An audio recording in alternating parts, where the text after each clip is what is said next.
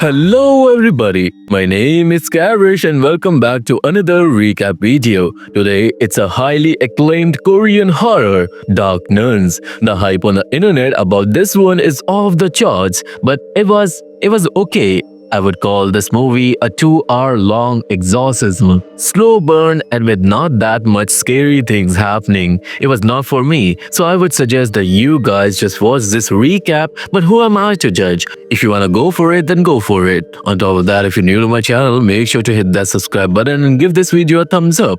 It is free for you and it is something that helps me out a lot. And now sit back and relax as I recap Dark Nuns. The movie starts with a demonic possession where a priest named Andre is performing an exorcism on a boy named Hee-jun. However, the priest is losing. The demonic forces have weakened him.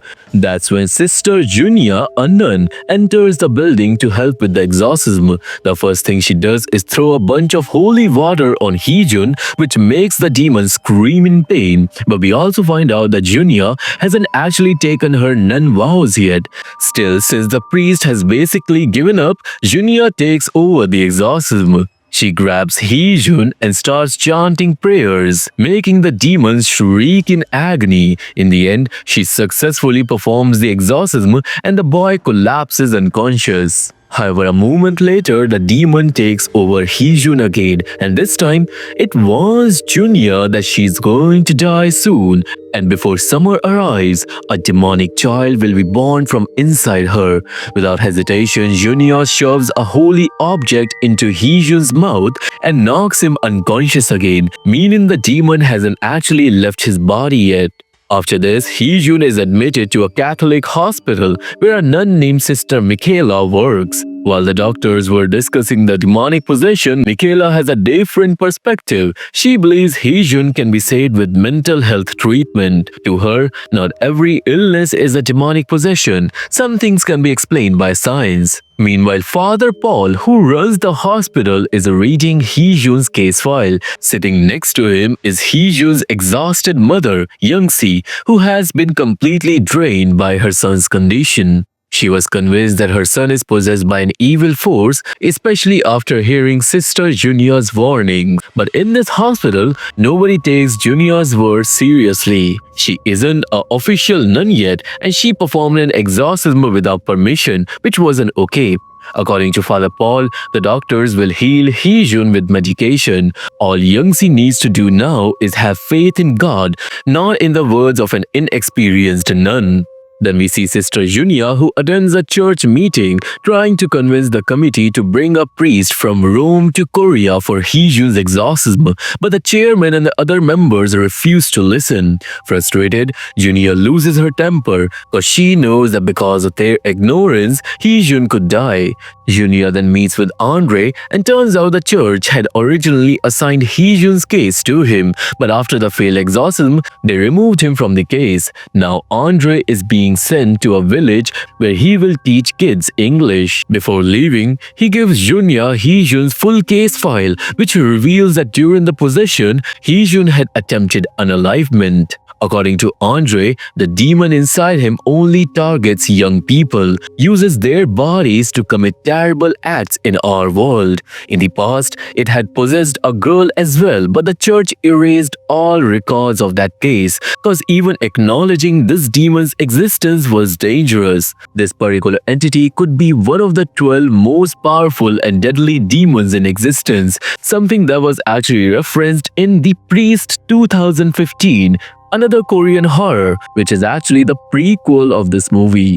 After this, Junia goes for a medical checkup and she receives devastating news. She has cancer and it's spreading at an alarming rate. But deep down, she knows something isn't right. She then confronts Father Paul about Hee-jun, but Paul sees exorcism as a tricky subject. Not everyone who acts possessed actually is possessed. In his opinion, Hee-jun has struggled with depression since childhood, and now his deteriorating mental state is making him behave like a possessed person. Paul was convinced Heejun needs psychiatric treatment, not an exorcism. He strictly forbids Junia from getting involved any further in this case, which of course pisses her off. Meanwhile, in Heejun's hospital room, his mother, Youngsi, gets a phone call. It was a man demanding the money she owes him. Obviously, she doesn't have it, and in response, the man berates her with cruel, degrading words. The man makes Youngsi feel so bad about herself, but then suddenly, she starts hearing evil voices. Before she can even process what's happening, the demon takes control of her, and then the next thing we see, Youngsi's lifeless body outside the hospital. Her eyes have been gouged out, and everyone was horrified. Paul ordered Michaela to keep a close eye on Heejun, but Junia knows that this was all demons doing. As soon as everyone leaves the crime scene, she starts hearing the demon's voice herself, and without hesitation, she tells it to go to hell, but Michaela overhears everything. A few days later, Junia and Michaela cross paths again at Youngsi's funeral. Afterward, they sit down at a cafe where Junia does most of the talking. She reveals that she's deaf in one ear, but when she heard the demon speaking, she heard its voice in both ears. That only confirms her belief. They have to perform an exorcism on Heejun before it's too late. And now actually you see, Michaela is becoming skeptical, and she was starting to believe, even just for a little, that maybe Heejun is actually possessed. Seeing Junia's determination, she agrees to read through Heejun's case files, and of course, that's exactly what Junia wanted. Her real plan is to convince Michaela to help her break Heejun out of the hospital and perform the exorcism themselves. That night, Michaela goes home and studies Heejun's file. She sees the drawings he drew and she listens to the possession recordings, but almost immediately, she senses a dark energy creeping around her. She then pulls out the deck of her tarot cards for a reading, but as she does, a childhood memory resurfaces. We find out that she had a younger sister, Agnes. One night, Michaela had given Agnes a tarot card, the Hanged Man, and not long after that, Agnes was found dead. After her sister's death, Michaela realized that something bad was happening to her, and soon, an evil entity possessed her too. The church had performed an exorcism on her, but ever since then, she has been plagued by nightmares of her sister's death, unable to sleep at night. Now in present, when Michaela remembers everything, she starts to fear that Heejun will end up just like Agnes, and that was the moment she makes up her mind that she was in Junia's plan. The next day, Michaela and Junia secretly break Heejun out of the hospital. Junia takes them to a woman named Hyowon, a former nun who is now a shaman. She has a student named Adong who will assist in all of this. Hyowon sits down to observe Heejun, who's conscious but strangely calm, as if the demon inside him is watching everything around him. Now, since the shaman was powerful, she immediately senses the truth. The demon inside Heejun sometimes takes the form of a snake, and it has been with him since before he was even born. But that's not all. Hyowon also senses something else. Without being told, she knew Junia has cancer.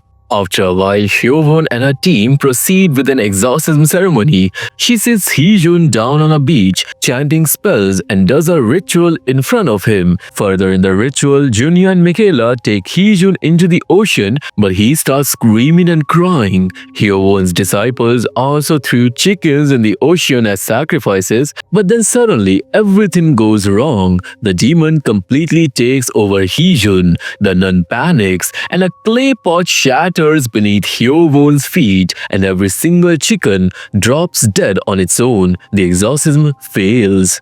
With no other choice, Junia and Michaela rush Heejun back to the hospital, where he is taken straight to the emergency care. After witnessing all of this, Michaela loses all hope. She tells Junia that she's done and she will not help her anymore. After this, Paul calls Michaela in and scolds her. However, here she lies and she tells him that she had only taken Heejun to visit his mother's grave. But here's where things get interesting. Paul believes Heejun is just like Michaela when she was a child. Actually, you see, Michaela was possessed when she was a child, but she eventually got better. She was given a treatment of both an exorcism and medication, and Paul was convinced that Hee-jun is simply a depressed kid who needs treatment. However, the truth is, Michaela was never actually possessed. The reason she was depressed as a child was because she had the ability to see spirits. After Agnes died, Michaela kept seeing her sister's ghost, and that's what pushed her into darkness. People thought she was possessed, but in reality, she was just haunted. Later, as Michaela was walking down the hospital hallway, a woman suddenly grabs her hand and starts thanking her. The woman thanks Michaela for taking care of her, and now she can rest in peace. But then suddenly,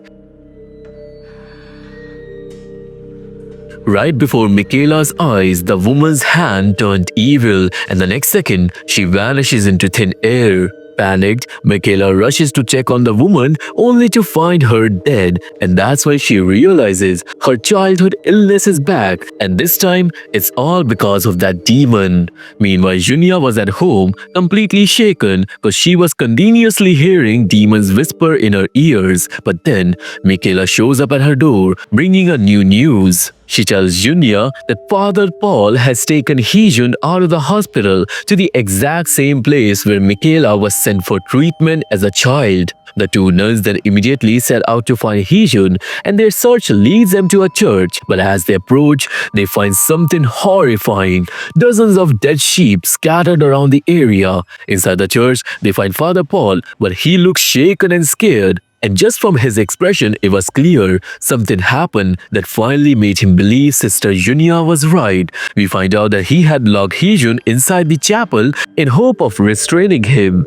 Obviously, then the sisters unlock the door and step inside, where they see Hee-jun completely possessed. The demon immediately starts speaking in that eerie, unsettling voice. It taunts Father Paul, exposing his real intentions, how he only wanted to save Hee-jun to protect his own reputation. Suddenly, an invisible force tightens around Paul's throat. Michaela immediately rushes to help him, while Junia quickly pulls out a container of holy water and mixes her own blood into the water. But before she can use it, the demon tries to bring down the massive cross hanging in the chapel right onto Hee-jun. He would have died on the spot, but at the last second, Junia pulls him out of the way. However, now, Hee-jun, who was still possessed, lunges at Junia and grabs her by the throat. He tries to unalive her, but in a desperate move, Michaela throws the holy water on him, and the demon immediately goes silent. Hee-jun regains consciousness and breaks down in tears.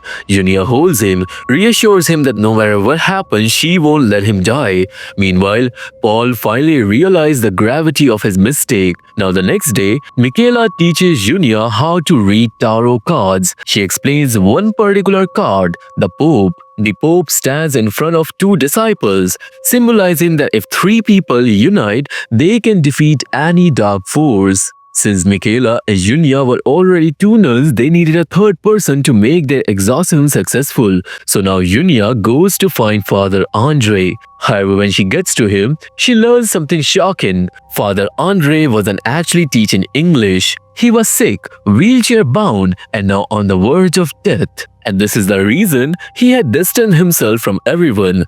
As Junia speaks with him, something terrifying happens. Dark energy surges through the room, and in an instant, Andre becomes possessed. And that's when we realize an horrifying truth. The demons in this movie aren't trapped inside Hee-jun. They can move freely through his body. Hee-jun's body isn't just possessed, it's working like a portal for demons. Now through possessed Andre, the demon finally reveals itself. There aren't just one or two demons inside Hee-jun. 12 of hell's most dangerous demons have taken over him. And now despite this evil, Junia manages to perform an exorcism on Father Andre and successfully purge out the demons. In the end, she takes his cross and stole with her, knowing that she might need him for what's coming next. Now we find out that the church is now finally convinced that Hee-jun is possessed, and they have called in a priest from Rome named Father Jin. When Michaela and Junia meet him, they quickly realize that he was an idiot. He had traveled all that way just to tell them about the church rules and regulations. The church acknowledged that Hee-jun was possessed by 12 demons, but the exorcism would take time. The only way to drive out the demons was with a holy relic, Saint Peter's book and keys. But those artifacts artifacts were never used. Basically, even if the boy died, the church would rather follow protocol than act. Obviously, this makes Junia furious, so she takes Michaela to see Hyowon for help. Then Hyowon did a reading and discovered that the demons inside Heejun would kill his soul by the 3rd of next month. The Dark Nuns had to save him before then, but Hyowon denies to help because she doesn't have enough power, which leaves the Dark Nuns even more frustrated and empty-handed once again.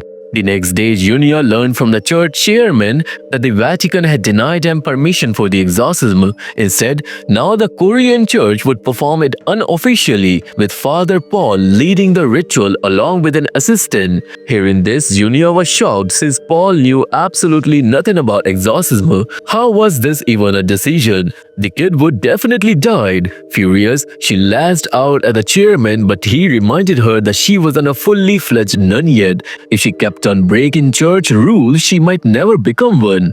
Then Junia storms off, and at this point Junia had no idea what to do. In the end, she had no choice but to accept the situation. The next day, she and Michaela took Heejun out of the hospital because Father Paul was going to perform the exorcism. Junia and Michaela takes Heejun to an abandoned warehouse where he and her mother used to live. And then the Dark Nuns began their preparations. Meanwhile, we see Father Paul meeting with a Vatican official who handed him a large bag. But what was it? We will soon find out. Back at the warehouse, the Dark Nuns tied Heejun to the bed and lit candles all around him. Junia held a cotton flower close to Heejun's face, but the moment he exhaled, it shriveled up, meaning the demons had even infiltrated his breath. Junia started reciting prayers and created a salt circle around him. Michaela checked Heejun's heartbeat, but before anything could happen, the demon inside him realized what was about to go down. That's when Father Paul suddenly arrives, and he was carrying that bag. Inside the bag were Saint Peter's book and keys, the very relics Junia had failed to get from Vatican. Seeing them, she was stunned, and immediately she realized that Paul had serious connections. Then to her surprise, Paul blessed both nuns and admitted that Junia was right. He didn't know a thing about exorcism, that's why he wasn't going to do it. Instead, he entrusted Heejun's life to Junia, believing that only her faith could save him. He then hands over all the tools and then he left, leaving the Dark Nuns alone with the demon. Before the exorcism, Junia gives Michaela fair warnings, and then as soon as the prayers start, the demon starts thrashing around, and the moment a crucifix touches Heejun's chest, he lets out a blood-curdling scream. The sound is so intense that the rats in the nearby drains starts to go crazy. All the candles blow out, and the prayer audio playing on their phones suddenly stops. Michaela quickly relights the candles, but the exorcism is getting more intense. The demon suddenly starts speaking in Heejun's voice, claiming to be an angel that has been protecting his soul all along.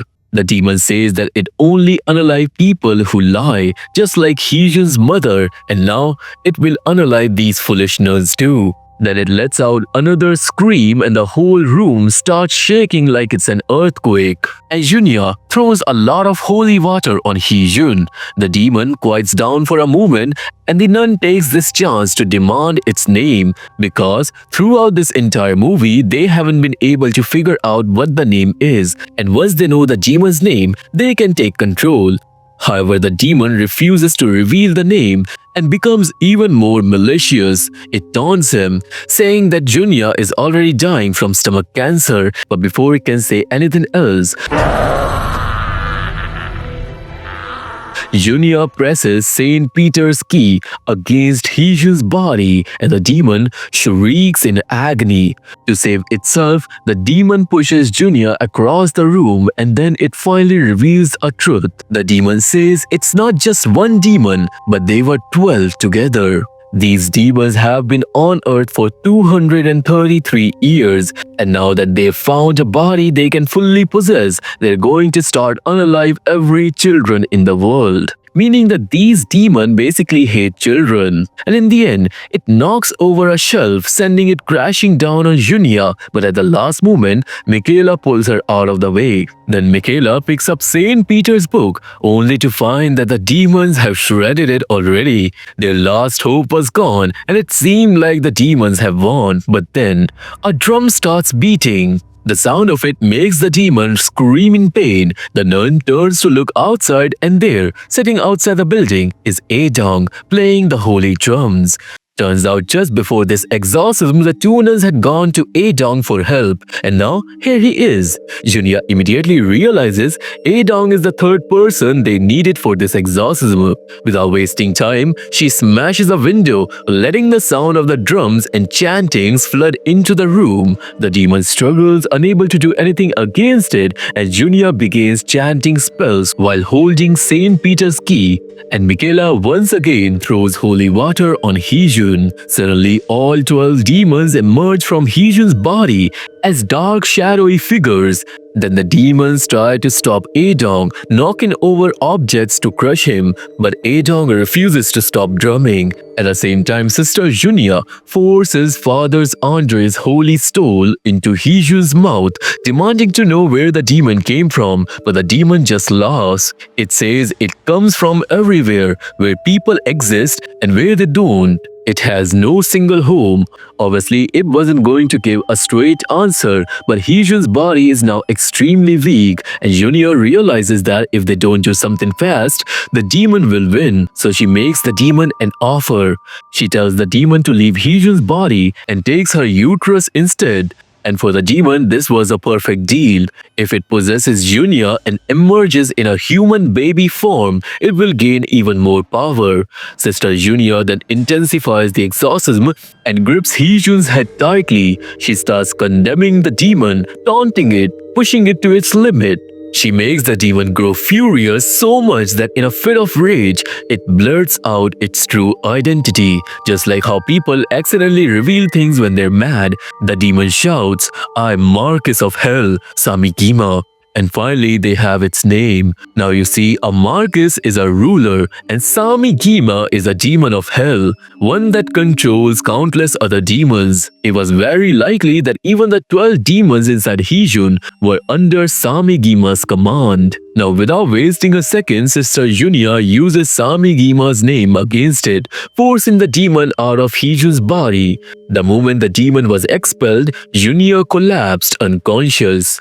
Now, in that unconscious state, she has a vision. She sees Heejun, who was then completely healed. A little while later, Junia wakes up and Michaela was overwhelmed with relief. The exorcism was finally over, but just then, the warehouse generator exploded and fire spread everywhere. Adong rushes inside, rescuing the nuns and Heejun and bringing them all outside.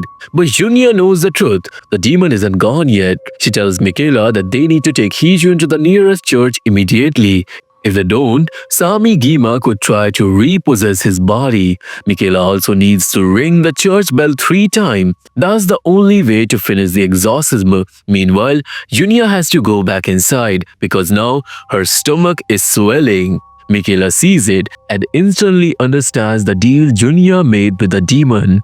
Tears start streaming down her face, but there's no other way. In the end, the dark nuns have no choice but to say goodbye to each other. Adong and Michaela carry Heejun towards the church, but of course, the demon isn't about to let them finish the ritual so easily. On the way, it uses rats to block the roads, creating chaos. Swarms of rats flood the streets, running here and there. With no other option, Michaela and Adong continue on foot, carrying Heejun as fast as they can. But midway, Adong gets injured, leaving Michaela to run to the church alone. Dodging the demon's attack, she finally makes it to the church bell and she grabs the rope and rings it 3 times. The sound of the bell echoes through the night, reaching even Junia inside the burning church. The exorcism is finally finally complete, Michaela rushes back to Heejun, who is being taken to the hospital now. But Michaela isn't done yet. She now sprints back towards the burning church. She refuses to let her best friend die. But it was too late. The demon has fully taken over Junia's body. It has possessed her completely. In the end, Junia makes the ultimate sacrifice. She throws herself into the flames, taking the demon down with her. And on the other side, Michaela realizes what has happened. Now after this night, some time passes. Life has returned to normal. Michaela visits Sister Junia's grave, placing flowers on it. She now understands that it was because of Junia that she is alive, free, and finally at peace with her past. And with that, this movie comes to an end. So this was the recap video on the movie Dark Nuns, and I hope you have liked this video. If you have, then please subscribe the channel and give this video a thumbs up. I really need your support to grow further. If you want to watch this movie, there's a link to my Telegram channel in the description box. If that link does not work, just go to Telegram and put my channel's name in the search bar. How and when you can find it on Telegram will be revealed on the channel, so go join that. I'm mostly active on Insta, so you can follow me there as well. And look at my other channel where we discuss about the mysteries of the world. All the links are in the description box. For now, I'll see you all in the next one. Till then, stay awake, cause they always see you.